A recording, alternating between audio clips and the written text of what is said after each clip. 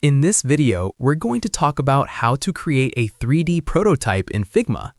Even though Figma is primarily a 2D design tool, there are several powerful ways to simulate or integrate 3D experiences into your workflow using plugins, external tools, and even native features. Let's start with the simplest and most accessible method, using third-party plugins directly inside Figma. One popular option is Vectory 3D Elements. This plugin allows you to place your Figma designs onto 3D mockups and rotate them in real time. It's especially useful for presenting UI designs on devices, packaging, or product surfaces with realistic lighting and perspective. You can interact with the object directly on the canvas, which makes it great for visual presentations and quick 3D previews. Another powerful plugin is Alito 2D to 3D Converter. This tool uses AI to transform flat 2D design elements into interactive 3D models. You can generate different styles, such as isometric or more realistic depth-based renderings, without manually modeling anything. It's a fast way to experiment with dimensionality while staying inside Figma.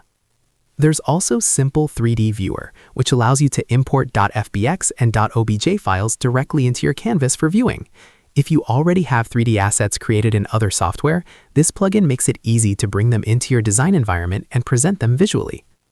Now, if you want true interactivity, where users can rotate or interact with a 3D object inside a prototype, the standard workflow involves combining Figma with Spline.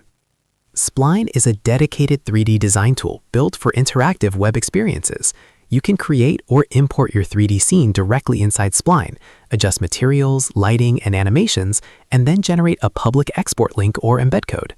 Once you have that, you can return to Figma and use the Anima plugin. Select a layer, like a rectangle that will act as your container, open Anima, and use the embed code option to paste your Spline link. This allows your interactive 3D scene to appear inside your Figma prototype, giving users a much more immersive experience. If you prefer not to rely on external tools, you can simulate 3D effects using native Figma features. One of the most effective techniques is using Smart Animate.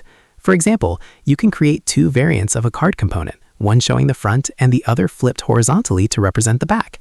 By connecting them with a click interaction and enabling Smart Animate, Figma will automatically generate a smooth transition that feels like a 3D flip animation. It's not true 3D rendering, but visually it can be very convincing.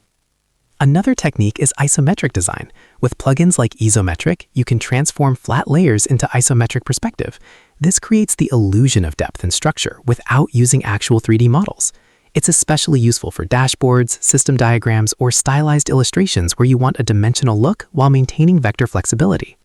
Finally, there's Figma Make, a newer AI-powered feature that allows you to generate functional prototypes from text prompts or existing designs.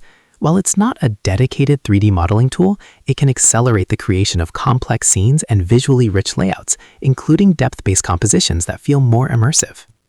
So even though Figma is fundamentally a 2D design platform, you're not limited to flat experiences. With the right combination of plugins, integrations, and smart animation techniques, you can create prototypes that feel dynamic, dimensional, and interactive. Whether you want simple 3D mockups or fully interactive scenes, there's a workflow that fits your level and your project needs.